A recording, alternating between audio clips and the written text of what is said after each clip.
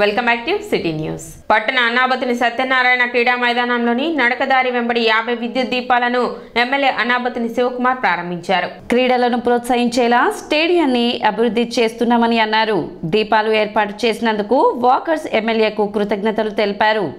సంధ్యారాణి, సునీల్, నాగరాజు, గోపీనాథ్, రాజేంద్ర రెడ్డి, శ్యామ్లతో పాటు walkers aerobics బృందం, క్రీడాకారులు పాల్గొన్నారు.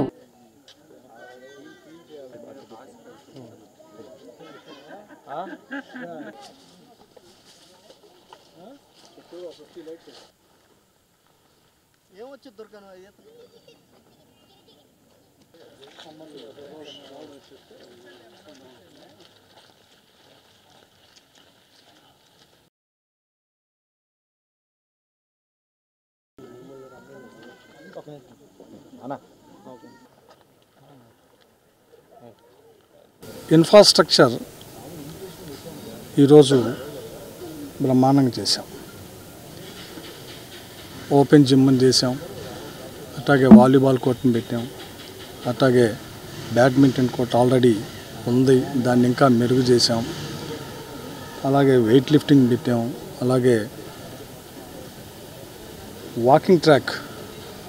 దీన్ని ఈరోజు ఆ వాకింగ్ ట్రాక్ నేను వచ్చినప్పుడు ఇక్కడ ఉన్న వాకర్స్ చీకటి పడంగానే వాక్ చేయడానికి ఇబ్బందిగా ఉందండి, లైటింగ్ లేకపోవటం వలన. అంటే ఆ సుమారు ఈరోజు 50 లైట్లతో చుట్టూ వాకింగ్ ట్రాక్ చుట్టూ లైటింగ్ ప్రొవైడ్ చేసాం.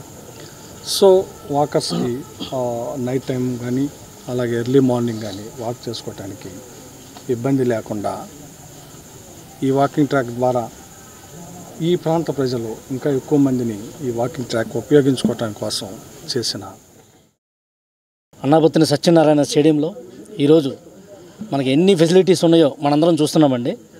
మరి గతంలో పోలిస్తే ఇప్పటికీ సుమారుగా 9 గేమ్స్ కూడా మనం ఈ స్టేడియంలో ఉపయోగించుకోవడంతో పాటు మరి వాకింగ్ ట్రాక్లో సుమారు 40 నుంచి 50 లైట్ని ఏర్పాటు చేసినటువంటి మన ఎమ్మెల్యే గారికి ముందుగా మనందరి తరపున కూడా కృతజ్ఞతలు తెలియజేస్తున్నాము. అలాగే మరి మన ఇక్కడ నుండి కూడా ఎంతోమంది ప్లేయర్స్ ఇంటర్నేషనల్స్ కూడా వెళ్ళడం జరిగింది. మరి కేవలం అది సాధ్యం మన ఇక్కడ ఎమ్మెల్యే గారికి అని సభాముఖంగా. కాపురానికి తీసుకువెళ్లడం లేదని అతింటి ముందు కోడలు ఆందోళన చేసిన ఘటన పట్టణ బాలాజీరావుపేటలో జరిగింది. ఆందోళన చేస్తున్న వారు తెలిపిన సమాచారం మేరకు ఐతనగర్కి చెందిన యువతికి బాలాజీరావుపేటకు చెందిన యువకుడితో 5 సంవత్సరాల క్రితం వివాహమైంది. దంపతులకు 4 సంవత్సరాల కుమారుడు ఉన్నాడు. 5 నెలల గర్భిణీగా ఉన్న సమయంలో పుట్టింటికి వచ్చిన భార్యను భర్త తన కుటుంబ సభ్యుల ప్రోత్సాహంతో కాపురానికి తీసుకువెళ్లడం లేదు. ఈ క్రమంలో తనకు న్యాయం చేయాలంటూ బాధిత మహిళ కుమారుడు కుటుంబ సభ్యులతో కలిసి భర్త ఇంటి ముందు ఆందోళనకు దిగారు. నా పేరు రమ్యశ్రీ సార్, బర్మా రమ్యశ్రీ. నాకు 2018లో మా నాన్నగారు పెళ్లి చేశారు, ఆగస్టు 16న. మ్యారేజ్ అయిన వెంటనే నాకు బాబు సార్ 2019లో పుట్టాడు, 30 ఏప్రిల్. మ్యారేజ్ అయిన దగ్గర నుంచి నన్ను కాపురానికి తీసుకెళ్ళలేదండి. 9వ నెల బాబుకి వచ్చిన తర్వాత 9వ నెల వచ్చిన తర్వాత నేను మా హస్బెండ్ కుప్పంలో జాబ్ చేస్తారు, అక్కడికి వెళ్ళాను. అక్కడ మిడ్ నైట్ గొడవ పెట్టుకొని 1:30 అప్పుడు బయటకు దోసేస్తే మా నాన్నకు ఫోన్ చేసి ఇచ్చి నేను వచ్చానండి. సర్ది చెప్పి మాట్లాడాక వెళ్దాము అని చెప్పి. పసిపిల్లోడు నాకు డబ్బా పాలండి అప్పుడు, అందుకని చెప్పి వచ్చాను. వచ్చిన దగ్గర నుంచి 4 ఇయర్స్ అయింది సార్. ఈ రోజుకి నా కేసు అయితే వేశాను, బట్ కోర్టుకి అయితే హాజరు అవ్వట్లేదు. ఇప్పుడు ఇక్కడ ఈరోజు ధైర్యం చేసి ఈరోజు ఇక్కడికి వచ్చాను సార్. నా భర్త కావాలి అని వస్తే ఇక్కడేమో మార్నింగ్ అంతా గొడవ పెట్టుకున్నారు నాతో.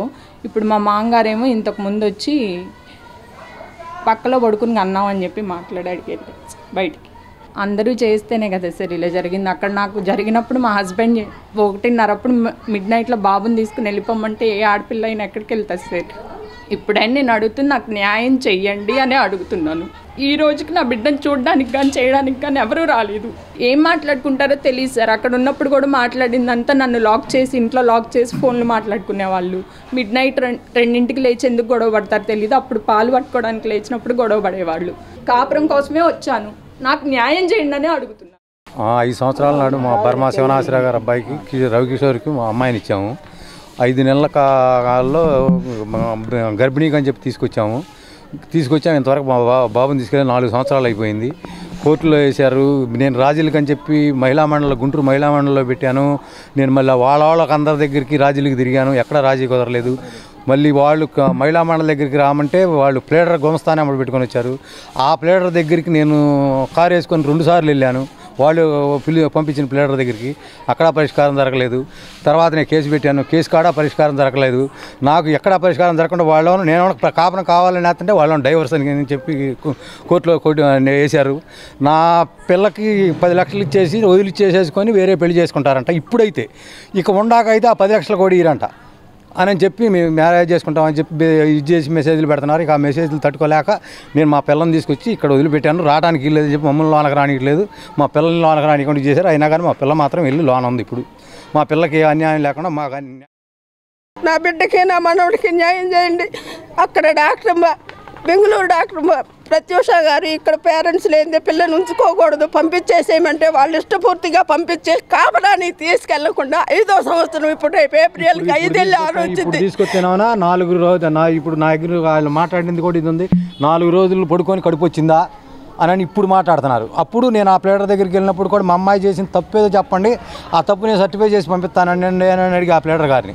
తప్పు చెప్పట్లా, ఏది కాదు చెప్పాలి కదా. ఏదన్నా నేను నా పిల్లల్ని నేను మందలించుకొని పంపించుకోవాలి కాపురానికంటే వాళ్ళకి తప్పు చెబితేనే కదా నేను పంపించగలిగేది. ఆ తప్పులేం చెప్పట్లేదు, తప్పులేం చెప్పండి. వదిలేసిన నా బిడ్డకి న్యాయం చేయండి, నా బిడ్డకి నా మనవడికి.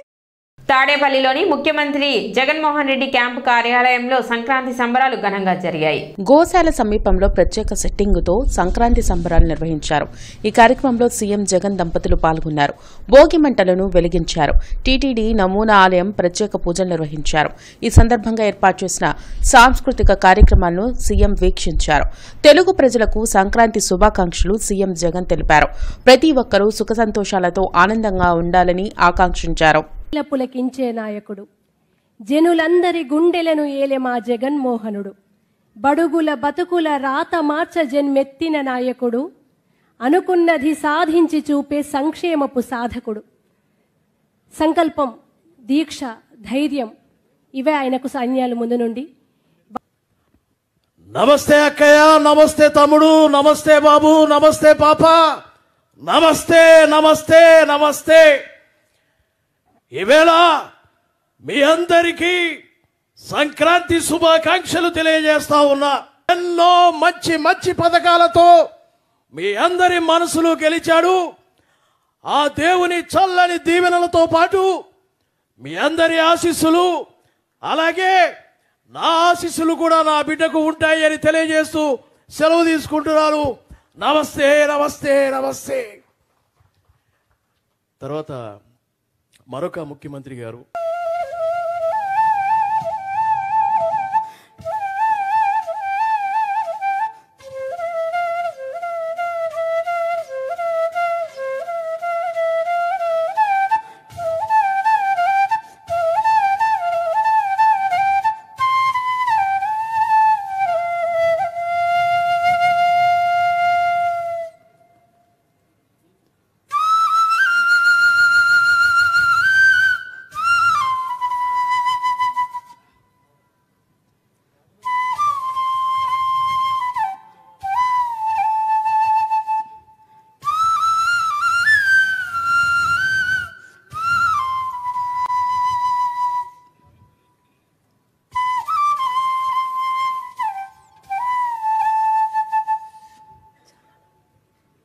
థ్యాంక్ యూ సో మచ్ నాన్న, థ్యాంక్ యూ. భువనేష్కి ఇంత బాగా అబ్బాయిని ట్రైన్ చేస్తున్న వాళ్ళ నాన్నగారికి కూడా ధన్యవాదాలు తెలియజేసుకుంటున్నాము. Thank you so much sir. Thank you నాన్న, థ్యాంక్ యూ. జగన్ ప్రభుత్వానికి కౌంట్ డౌన్ ప్రారంభమైందని, రాష్ట్రానికి మంచి రోజులు వస్తున్నాయని టీడీపీ అధినేత చంద్రబాబు అన్నారు. రాజధాని రైతుల సంకల్పం నెరవేరుతుందని జనసేన అధినేత పవన్ కళ్యాణ్ తెలిపారు. మండలంలో తెలుగు జాతికి స్వర్ణయుగం సంక్రాంతి సంకల్పం కార్యక్రమం జరిగింది. భోగి వేడుకల్లో టీడీపీ అధినేత చంద్రబాబు, జనసేన అధ్యక్షులు పవన్ కళ్యాణ్ పాల్గొన్నారు. వైసీపీ ప్రభుత్వ ప్రజా వ్యతిరేక నిర్ణయాలు, ఉత్తర్వులను భోగి మంటల్లో వేశారు.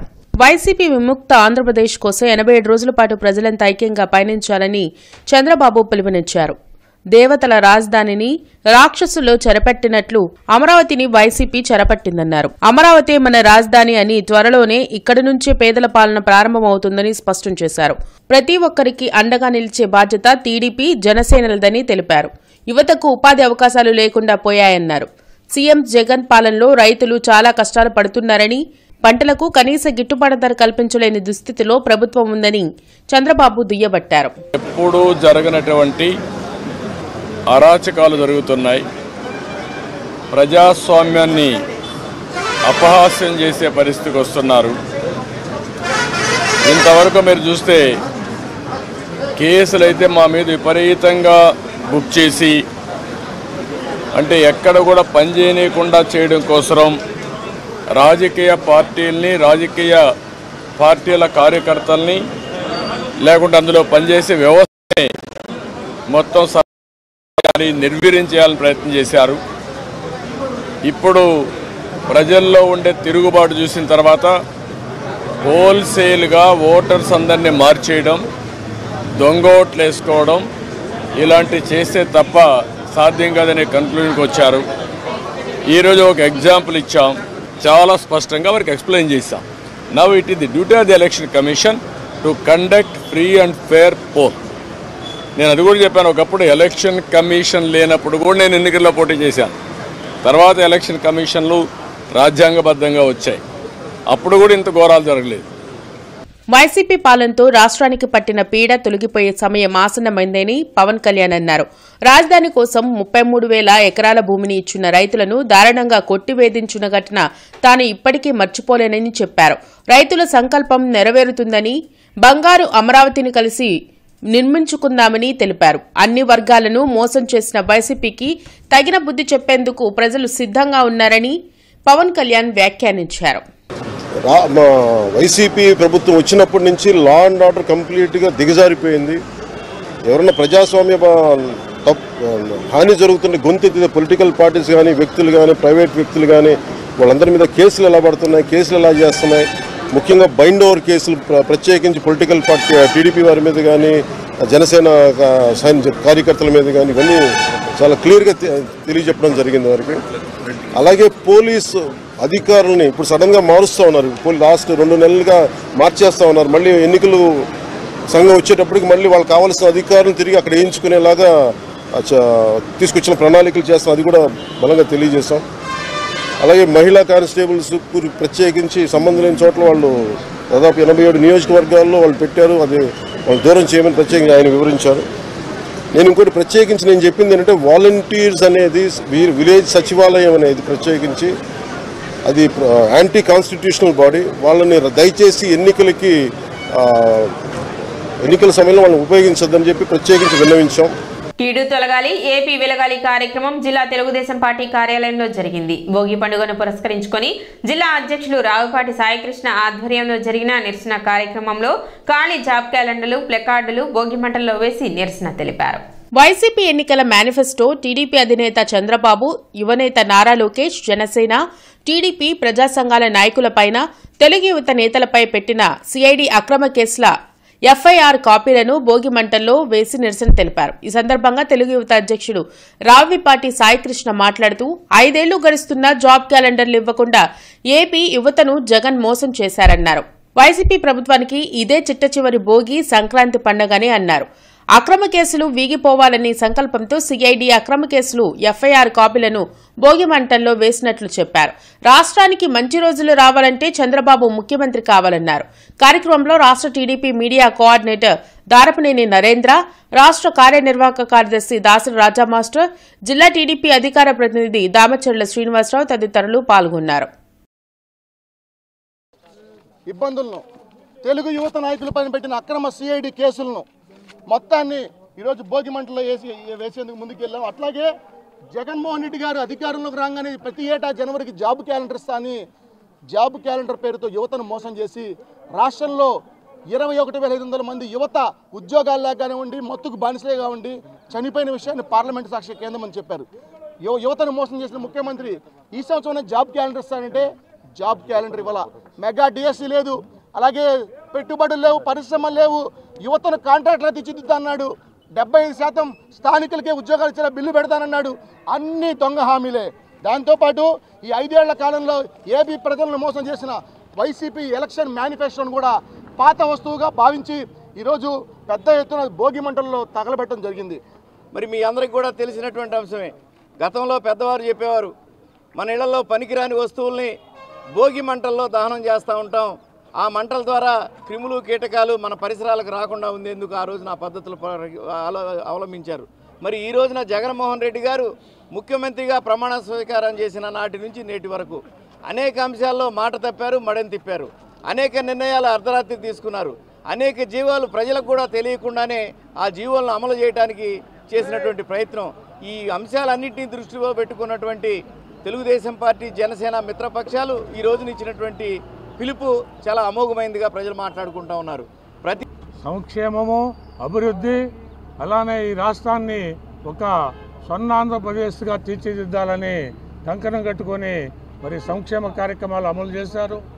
అవన్నీ కూడా జగన్మోహన్ రెడ్డి ఈ రాష్ట్రంలో రద్దు చేయడం జరిగింది. రద్దు చేసి పేద ప్రజలకు అన్యాయం చేయడం జరిగింది. అట్టనే యువతకు అన్యాయం చేయడం జరిగింది, మహిళలకు అన్యాయం చేయడం జరిగింది. ఇవాళ దానికి సంబంధించిన అన్ని జీవోలను కూడా దుర్మార్గంగా అమలు జరపలేని జీవోలన్నింటినీ కూడా కోర్టులు కూడా రద్దు చేసినాయి. ఆ సందర్భంగా ఇట్లాంటి జీవోలు ప్రకటించిన మరి జగన్మోహన్ రెడ్డికి బుద్ధి రావాలని చెప్పి మేము కోరుకుంటూ ఆ అక్రమ కేసులు పెట్టి నాయకులందరినీ కూడా జైలు పాలు చేసిన మరి జగన్మోహన్ రెడ్డి దిగిపోవాలని చెప్పి రాజధాని లేని రాష్ట్రంగా మిగిల్చిన అమరావతి రాజధానిని 3 ముక్కలు చేసి మరి ఈ రాష్ట్రంలో రాజధాని లేని రాష్ట్రంగా మిగిల్చిన మరి జగన్మోహన్ రెడ్డి వెంటనే దిగిపోవాలని చెప్పి. సిటీ న్యూస్ ముంచెందు ముఖ్యాంశాలు మరోసారి.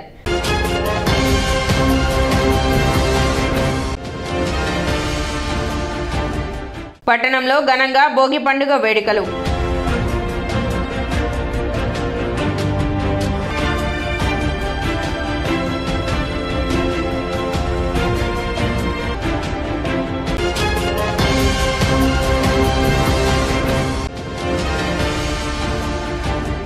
టీడీపీ ఆధ్వర్యంలో నిర్వహించిన భోగి వేడుకల్లో పాల్గొన్న మాజీ మంత్రి ఆలపాటి రాజేంద్ర ప్రసాద్.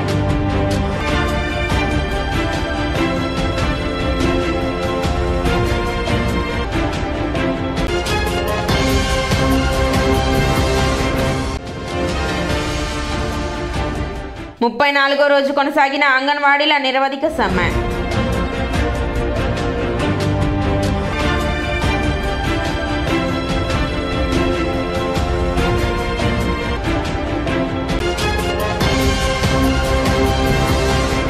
సిటీ న్యూస్ ఇంతటితో సమాప్తం. నమస్కారం.